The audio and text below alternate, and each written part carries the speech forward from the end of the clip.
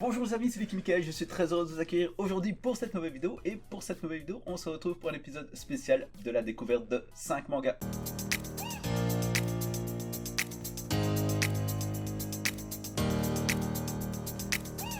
Alors pourquoi spécial? Parce que ici dans la vidéo je me suis concentré sur un seul style, un style qui est pas très populaire, c'est le style Isekai, et pour ma part je le connais pas très bien parce que jusqu'à présent j'avais juste lu les 2 premiers tomes de la série So I'm a Spider, So What, que je vous avais d'ailleurs présenté dans une vidéo du même style. Pourquoi particulière aussi?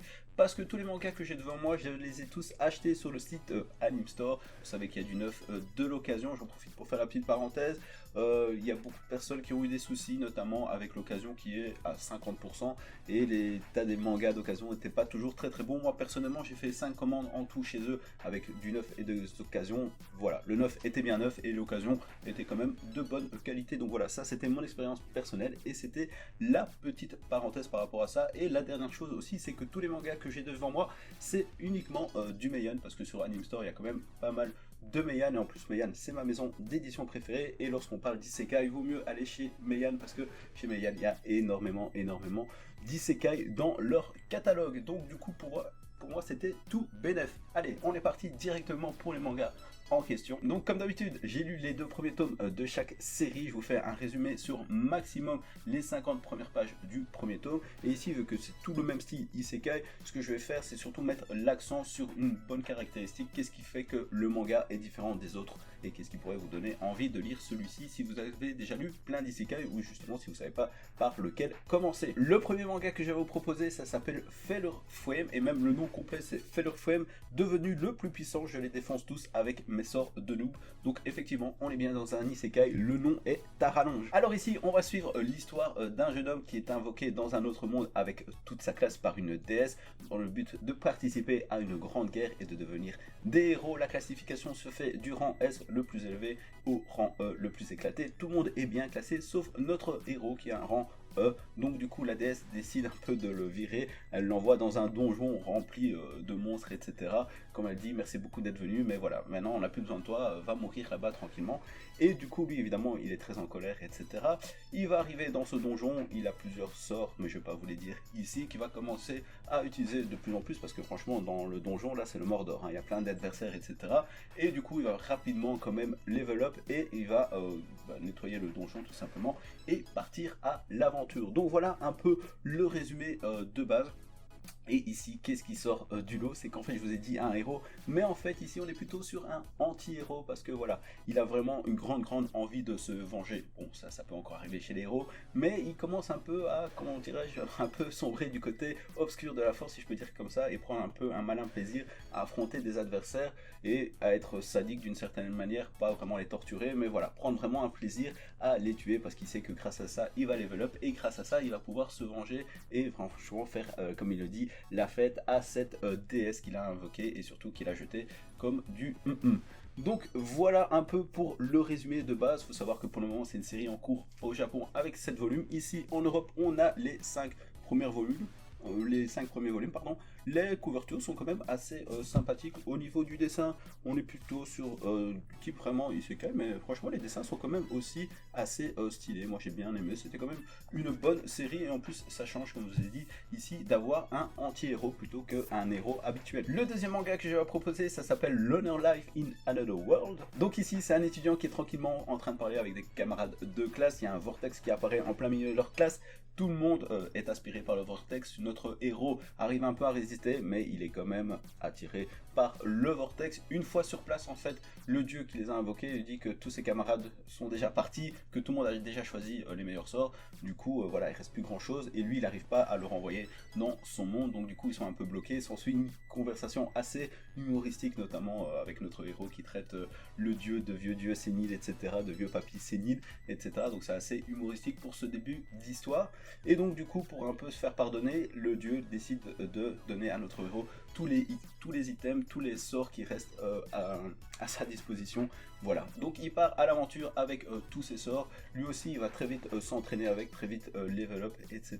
Donc voilà un peu pour le début de cette histoire. Alors qu'est-ce qui va sortir un peu du lot? Comme je viens de vous le dire, ici c'est plutôt une série humoristique. Il faut savoir aussi que on apprend très rapidement que la classe qui était d'abord tous en groupe, c'est un peu scindé. Il y a eu les sportifs, il y a eu les racailles, il y a eu les filles, il y a eu les otaku, etc.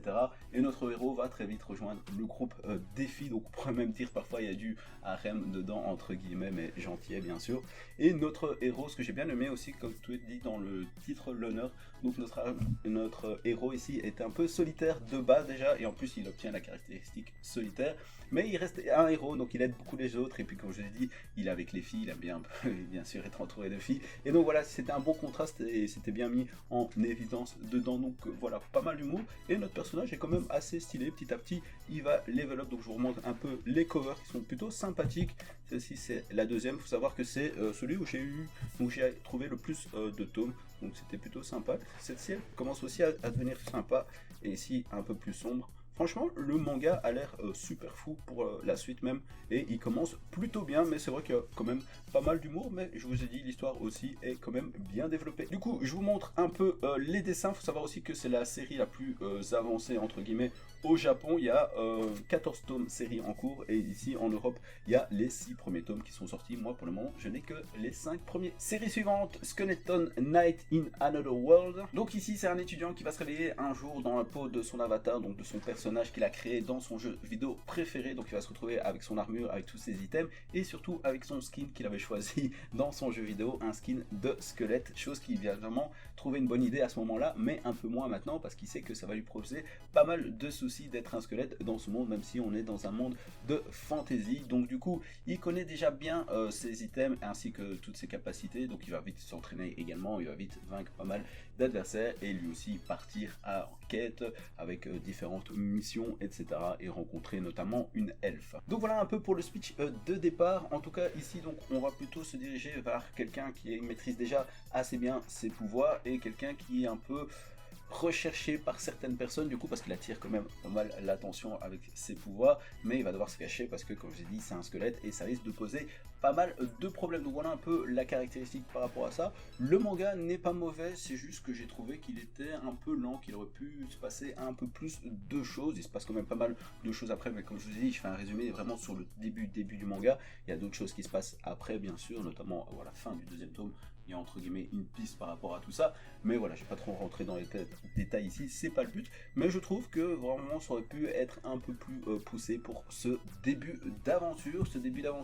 Je pense qu'il est en 11 volumes, quelque chose comme ça, série en cours au Japon. Pour le moment en Europe, il y a les 3 premiers volumes, j'en profite pour vous montrer du coup les covers. J'ai pris le 3e tome également qui était disponible. Et donc voilà, franchement les covers sont plutôt sympas, et honnêtement ça faisait partie, je pense, si ma mémoire est bonne, quand même des meilleurs dessins. Franchement j'ai trouvé les dessins étaient plutôt pas mal de manière générale, mais même je trouve que l'isekai, il a peut-être parfois un style un peu particulier, le dessin d'isekai, mais en tout cas moi... je trouve que les dessins sont quand même assez bons. Le 4e titre que j'ai à vous proposer, ça s'appelle Game of Familia. Êtes-vous prêt à tout sacrifier? Donc ici, c'est l'histoire d'un jeune homme qui va être invoqué dans un autre monde. Ici, la particularité aussi, c'est qu'il va être invoqué avec sa belle-mère ainsi que les 2 sœurs de sa belle-mère. Donc ils vont se retrouver à 4 dans ce nouveau monde. Il va y avoir pas mal de mauvaises nouvelles dès le début. La première, c'est qu'ils ne pourront pas retourner dans leur monde parce que la personne qui les a invoqués est décédée, tout simplement, a été tuée.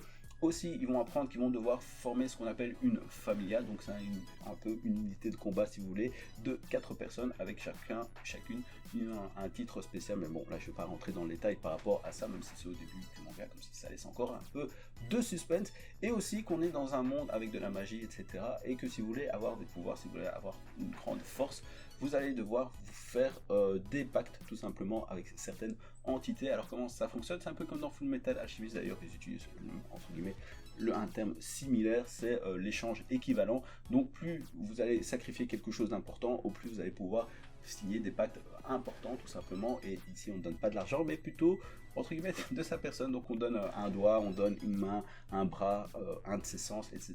et une autre chose. Mais bon, ça aussi je ne vais pas rentrer trop dans les détails. Donc voilà, c'est quand même assez particulier. Il faut savoir que notre héros se présente comme quelqu'un d'assez ordinaire et que ses sœurs sont assez stylées, hein. Il y en a une qui est super forte en judo, l'une c'est la belle-mère, c'est une chef d'entreprise, donc voilà, elle connaît pas mal de choses, de stratégie et de rôle de leader, etc. Et enfin, il y a la plus jeune qui est super intelligente. Et du coup, ici, franchement, c'est le meilleur manga que j'ai lu dans la série, et même d'une manière générale, il est aussi assez bon parce qu'il y a énormément de stratégies. Franchement, le scénario est plutôt bien développé. Notre personnage principal qui se présente comme quelqu'un d'ordinaire, bon, on va apprendre qu'il n'est pas si ordinaire que ça, et même comme ils disent dans le résumé, ordinaire ne veut pas nécessairement en dire inutile. Donc il y a pas mal de complots, de stratégies, de combats, ainsi que de manipulations, etc. Franchement, un très très bon scénario. J'ai beaucoup aimé l'histoire, mais il y a un petit mais, même un grand mais pour certains. Du coup, comme je vous ai dit, ici on est plutôt chez Meian, tous les mangas que j'ai achetés, mais ici on est plutôt dans la catégorie, je sais pas si vous allez voir, Deitan, tout simplement, qui est en fait un sous-groupe que Meian a créé il y a 1 an ou 2 pour un peu se différencier des mangas traditionnels, shoujo, shonen, seinen, etc. Donc c'est un peu une catégorie qui sort un peu des codes qui sont un peu difficiles à classifier et que parfois même on pourrait classifier dans WTF, voilà, si vous voyez les initiales. Du coup, ici, qu'est-ce qui est particulier dans ce manga? C'est qu'on est un peu beaucoup sur de l'érotique versus Eishi.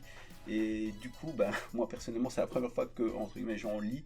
Et je ne le savais pas du tout avant de le lire. Donc, ne pas le savoir, plus ne pas être habitué, ça fait un petit choc à certains moments, à certaines pages. Et donc, voilà, c'est ça que je voulais préciser. C'est que, malheureusement, entre guillemets, il y a du Eishi. Et du coup, je me dis, je suis un peu frustré parce que je me dis, honnêtement, ça serait vraiment, il n'y aurait pas ça, ça serait vraiment dans du Meian, ils auraient fait un peu de pub. Honnêtement, je pense que ça aurait pu faire une série assez populaire, du coup, assez répandue.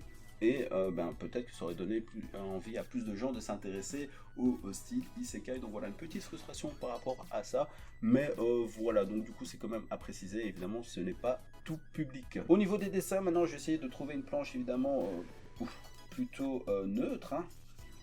Ouais, je regarde bien toutes les cases, ouais, voilà. Donc ici, voilà un peu à quoi ressemblent les dessins de ce manga. Donc pour le moment, c'est une série en cours au Japon avec 7 volumes. Et ici, en Europe, il y en a 5. Le 5e et dernier manga, ça s'appelle Shining Life in a Different World et pas Another World comme la plupart des autres titres que je vous ai dit ici. La particularité de notre personnage principal qui va être invoqué dans un autre monde pour lui aussi participer à une grande guerre et devenir aussi un héros. Sa particularité, c'est qu'il fait partie déjà d'un monde un peu fantasy, un autre monde entre guillemets qui n'est pas entre guillemets notre monde comme un peu les autres héros des mangas précédents. Et pour la petite histoire aussi, il est marchand. Donc du coup, il est invoqué. On va révéler entre guillemets ses pouvoirs divins qui sont totalement éclatés, ils sont super nuls. Donc du coup, tout le monde est un peu dégoûté. Il y a d'autres héros qui arrivent, etc. C'est la fête et tout. Et quand la tension est un peu remontée, il dit moi j'aimerais bien retourner dans mon monde, sauf qu'on lui dit que c'est plus possible. Pour se faire pardonner, le roi lui donne un petit sac avec des items et le congédie dans une forêt remplie de démons pour que lui aussi, entre guillemets, il aille un peu mourir là-bas sans faire de vagues. Donc une fois qu'il est arrivé dans cette fameuse forêt avec tous ces démons, il y a son interface qui apparaît avec voulez-vous lancer un sort de purification. Lui il se dit ouais, pourquoi pas. Il lance un sort, il y a vraiment comme une grande explosion, etc.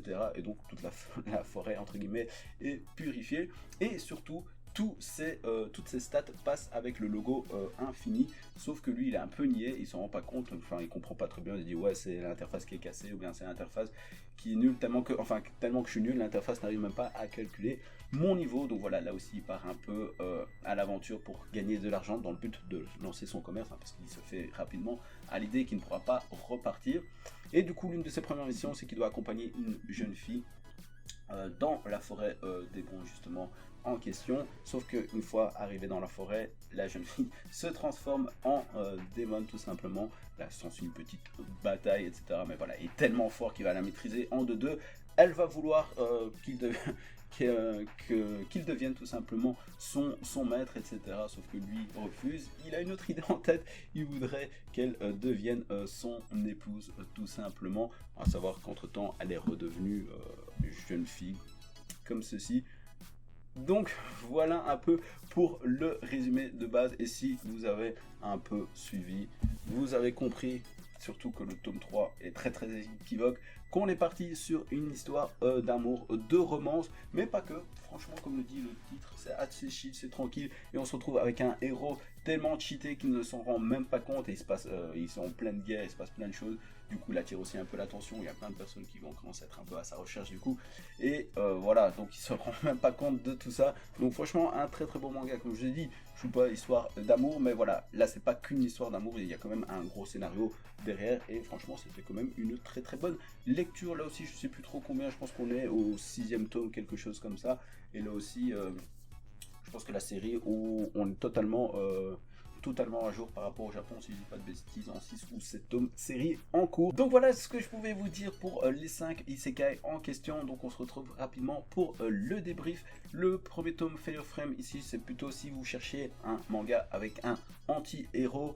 L'Honor Life in Another World, ici c'est plutôt si vous voulez de l'humour et quand même avec un personnage assez stylé et quand même un fond d'histoire. Skeleton Knight in Another World, là comme je l'ai dit, ça aurait pu être un peu plus rapide, mais les dessins sont pas mal et en plus on se retrouve avec un personnage qui maîtrise déjà assez bien ses pouvoirs et qui part également à l'aventure. Game of Familiar, franchement le meilleur scénario, le plus de rebondissements, le mieux développé. Malheureusement il y a une grosse astérix, c'est qu'il faut évidemment avoir l'âge pour lire tout ça, il faut ne pas être dérangé par les chi ou bien aimer le ishi. Donc voilà, petite frustration parce que je vous dis c'est super bien, moi je vais le continuer, j'ai l'âge, ça me dérange pas non plus le ishi, moi ça allait encore dedans. Donc voilà, j'ai vraiment envie de suivre cette histoire. Et le dernier, Shining Life in a Different World, là aussi plutôt pour une histoire d'amour, mais quand même avec une autre histoire, un autre thème également abordé. Donc voilà ce que je pouvais vous dire par rapport à tout ça. Donc dites-moi un peu si vous aimez bien l'isekai, si ça vous donne envie de vous lancer, s'il y a des titres qui vous ont plu, ou peut-être de conseiller d'autres titres entre vous, parce que je sais que vous interagissez très bien entre vous également. Donc merci beaucoup à toutes les personnes qui font ça et qui participent aux vidéos. En tout cas, merci beaucoup les amis d'avoir regardé cette vidéo. Je te donne déjà rendez-vous pour une prochaine vidéo. À très bientôt j'espère. Peace.